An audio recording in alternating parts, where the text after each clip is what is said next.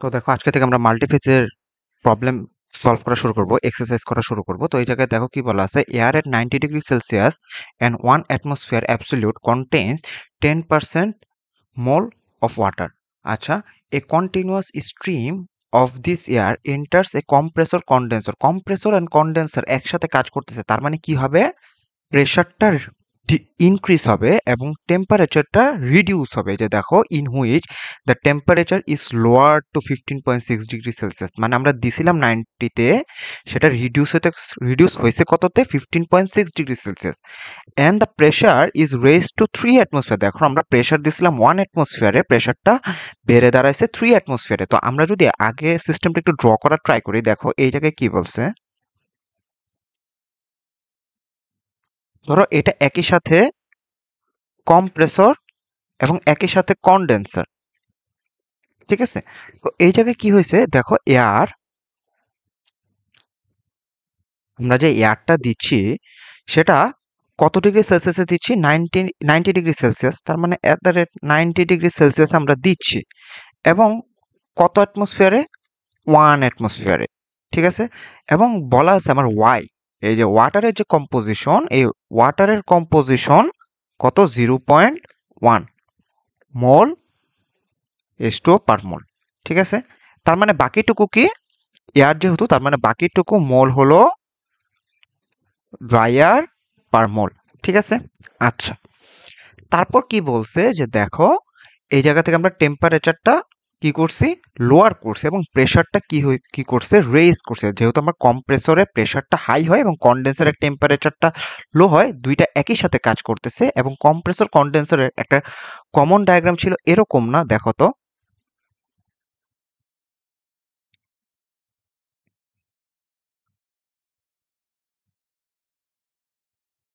এরকম ডায়াগ্রাম ছিল। তো এই জায়গায় আমার কি থাকবে, ধরে নিলাম আমি N2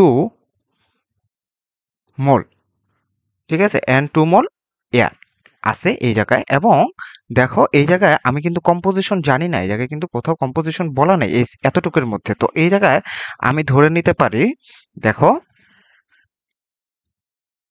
Y2 মোল H2O পার মোল, এবং বাকিটুকু কি তাহলে, ড্রাই এয়ার পার মোল। এবং যেহেতু কম্প্রেসর কন্ডেন্সার সিস্টেম, তার মানে এই ওয়াটার থেকে কিছু ওয়াটার কি হবে, লিকুইডে কনভার্ট হবে, ঠিক আছে? বুঝতে পারছি। এবং দেখো এই জায়গায় আমার কি বলা আছে, সিস্টেমটা কত ডিগ্রি সেলসিয়াস কত অ্যাটমসফিয়ারে বলা আছে, দেখো এই জায়গায় কিন্তু এটা 15.6 ডিগ্রি সেলসিয়াস অ্যান্ড 3 অ্যাটমসফিয়ার। বুঝতে পারছি। আচ্ছা, তো দেখো তারপরে এই জায়গায় কি বলছে, the air leaving the condenser, এই যে এই এয়ারটা কি leaving from the condenser is then heated isobarically to 100 degree Celsius, ঠিক আছে? তার মানে এই জায়গায় ধরো আমি একটা হিটার ইউজ করছি, জায়গায় আমি একটা হিটার ইউজ করছি, ওই হিটার দিয়ে আমি এই স্ট্রিমটাকে হিট করছি, ঠিক আছে? এটা ধরো একটা হিটার, এই স্ট্রিমটাকে হিট করছি কত ডিগ্রি সেলসিয়াসে, দেখো তো, হিট করছি কিন্তু 100 ডিগ্রি সেলসিয়াসে আইসোবারিকলি। তার মানে এই জায়গায় তার টেম্পারেচারটা হবে 100 ডিগ্রি সেলসিয়াস অ্যান্ড প্রেশারটা হবে 3 অ্যাটমসফিয়ার। যেহেতু আইসোবারিকলি বলছে, তার মানে এই জায়গায় যেহেতু 3 অ্যাটমসফিয়ার, এই জায়গায় কিন্তু 3 অ্যাটমসফিয়ার। কিন্তু এই জায়গায় কি আমরা কিছু অ্যাড করতেছি, এই সিস্টেমটার মধ্যে আমরা কি কোনো কিছু অ্যাড করতেছি? The answer is no. তার মানে এই জায়গায় এন টুর অ্যামাউন্ট যা, এই হিটারের এই জায়গায় এন টুর অ্যামাউন্ট তাই। জাস্ট এই জায়গায় আমরা কি করতেছি, আমরা এই জায়গায় জাস্ট তার টেম্পারেচারটা বাড়ায় দিচ্ছি, এবং তার কম্পোজিশনেরও কোনো রকম চেঞ্জ হবে না। বুঝতে পারছি? তার কম্পোজিশনেরও কোনো রকম চেঞ্জ হবে না, আমরা জাস্ট এটাকে হিট করতেছি। আচ্ছা, তো দেখো আমার ডায়াগ্রাম ড্র করা শেষ। এই জায়গায় তুমি এবার বুঝো কি কি বলছে। Calculate the fraction of water that is condensed from the air. তার মানে আমার কি পরিমাণ কনডেন্সড হয়েছে, এই যে ওয়াটার কি পরিমাণ, এই যে ওয়াটারটা কি পরিমাণ কনডেন্সড হয়েছে আমার ইনপুটের তুলনায়, সেটা আমার বের করতে বলছে। The relative humidity of air at 100°C, মানে 100°C এয়ারের রিলেটিভ হিউমিডিটি কত, এবং 100°C এয়ারটা কোন জায়গায় আছে, এই যে দেখো 100°C এয়ারটা এই জায়গায় আছে, তার মানে এই জায়গার রিলেটিভ হিউমিডিটিটাও চাইছে। এবং কি চাইছে, the ratio ratio metre cube outlet air at 100°C, তার মানে এর ভলিউমটা বের করতে বলছে।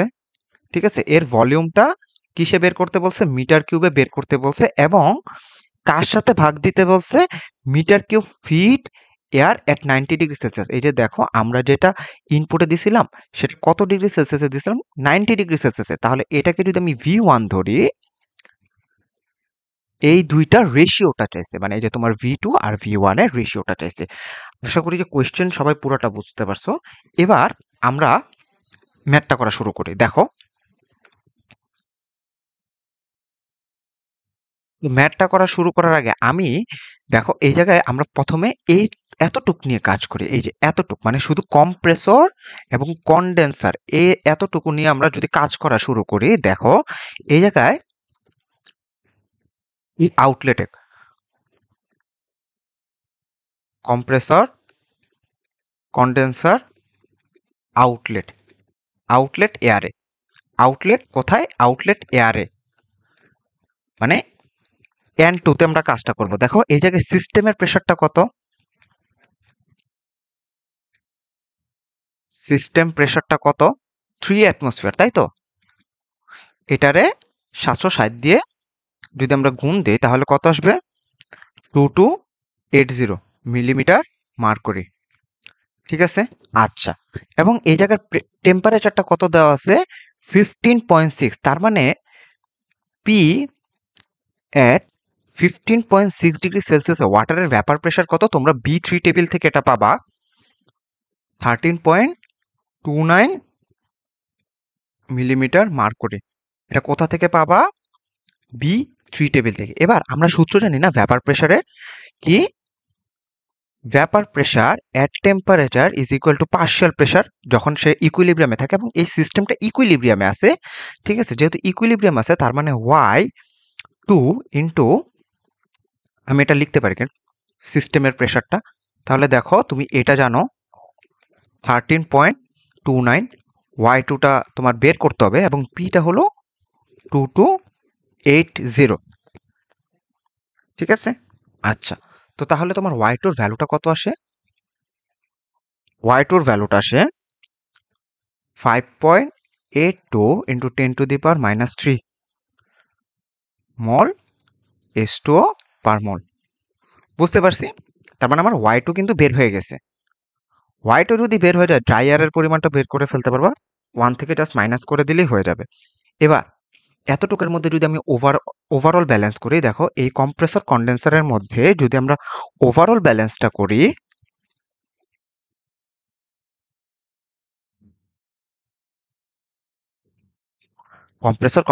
কম্প্রেসর কন্ডেন্সারের মধ্যে যদি ওভারঅল ব্যালেন্সটা করি, দেখো এই জায়গায় আমরা বেসিস ধরে নিলাম 100 মোল এয়ার। ঠিক আছে, 100 মোল এয়ারকে, কারণ এইদিকে আমাদের ম্যাক্সিমাম কম্পোজিশনটা দেওয়া আছে। তো আমরা যদি এইভাবে ধরি তাহলে 100 is equal to N2 plus N3, এবং আরেকটা কি পাবো আমরা, ওয়াটার ব্যালেন্স পাবো। ওয়াটার ব্যালেন্স যদি আমরা করি, দেখো ওয়াটার ব্যালেন্স আমরা কি কি পাবো, 100 into 0.1 is equal to N2 into, আমরা এই জায়গায় Y2 ভ্যালুটা পাইছি কত, 5.82 ইন্টু 10⁻³ এবং এই N3 টোটালটা। এই দুইটা সলভ করবা, 1 and 2 সলভ করলে তোমরা যে ভ্যালুটা পাবা, N2 একটা ভ্যালু পাবা, সেটা কত, 90.52। তাহলে N3 ভ্যালুটা পাবা 9.57। বুঝতে পারছি, দেখো তোমার কাজ শেষ।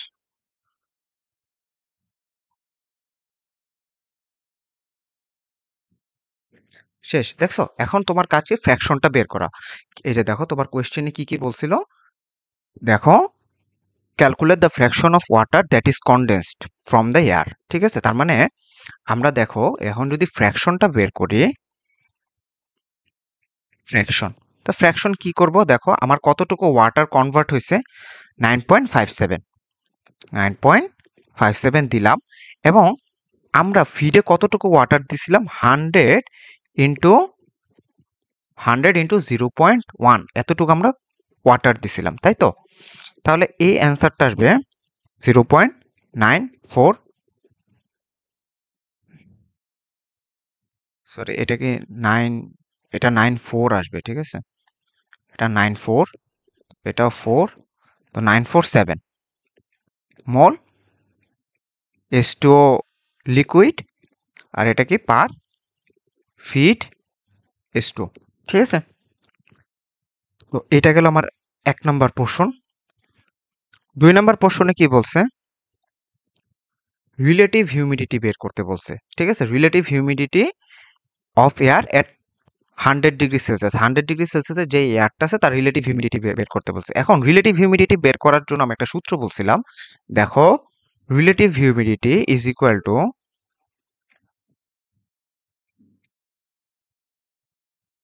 পার্শিয়াল প্রেসার, এইভাবে মনে রাখো, হ্যাঁ, তাহলে সুবিধা হবে। পার্শিয়াল প্রেসার, আরেকটা হলো ভ্যাপার প্রেসার এট সিস্টেম টেম্পারেচার, ঠিক আছে। তো পার্শিয়াল প্রেসারকে আমরা এইভাবে লিখতে পারি কিনা দেখো তো, ওয়াই অফ H2O, ঠিক আছে, যেহেতু আমরা ওয়াটারেরটা বের করতেছি, হিউমিডিটি বের করতেছি, তার মানে ওয়াই H2O ইনটু সিস্টেমের total pressure divided by vapour pressure at 100 degree Celsius. কারণ আমার এই যে সিস্টেমটা কত ডিগ্রি সেলসিয়াসে ছিল, দেখো সিস্টেমটা কিন্তু 100 ডিগ্রি সেলসিয়াসে ছিল, তার মানে ভ্যাপার প্রেসার এটা হলো এই টেম্পারেচারে আমাদের ভ্যাপার প্রেসারটা লাগবে। তো ভ্যাপার প্রেসারটা পাবো, এবং সিস্টেমের প্রেসারটা কত ডিগ্রি সেলসিয়াসে ছিল, সরি কত অ্যাটমসফিয়ারে ছিল, 3 অ্যাটমসফিয়ারে, তাই না? সিস্টেমটা কিন্তু 3 অ্যাটমসফিয়ারে ছিল। এই YS2 তুমি কিন্তু বের করছো, ঠিক আছে, আমি বলছিলাম কোনো কম্পোজিশনের কোনো চেঞ্জ হবে না হিটিং করলেও, তাহলে এইটা আসবে, তুমি YS2 এর জায়গায় বসাবা। দেখো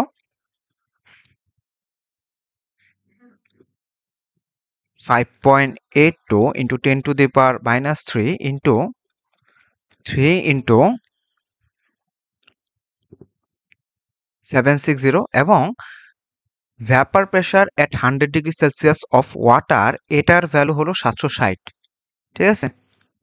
তো এইটা যদি তুমি করো তাহলে আসবে 1.75%, এটা জাস্ট 100 দিয়ে গুণ দিয়ে দিও, তাহলে চলে আসবে। বুঝতে পারছি রিলেটিভ হিউমিডিটি যে কোনো কিছুর কিভাবে বের করব, এইভাবে আমরা রিলেটিভ হিউমিডিটি বের করব, ঠিক আছে। এখন পরেরটা তোমরা করবা, পরেরটা আমি করাবো না।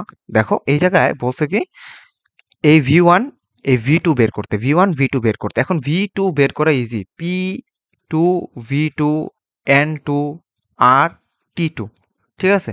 তো দেখো তোমার P2 জানো, এই জায়গার প্রেসারটা জানো 3, এই জায়গার প্রেসারটা জানো 3, V2টা বের করতে হবে।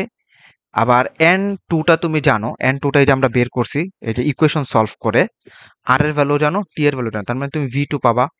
সিমিলারলি তুমি V1ও বের করতে পারবা, এই জায়গায় প্রেসার আছে, টেম্পারেচার সব দেয়া আছে, মোলটাও দেওয়া আছে, তার মানে তুমি V1টা বের করবা এবং এই দুইটা রেশিও করবা, তাহলে চলে আসবে। আশা করি বুঝতে পারছি। তো এই ম্যাথটা এই পর্যন্তই। Thank you everyone.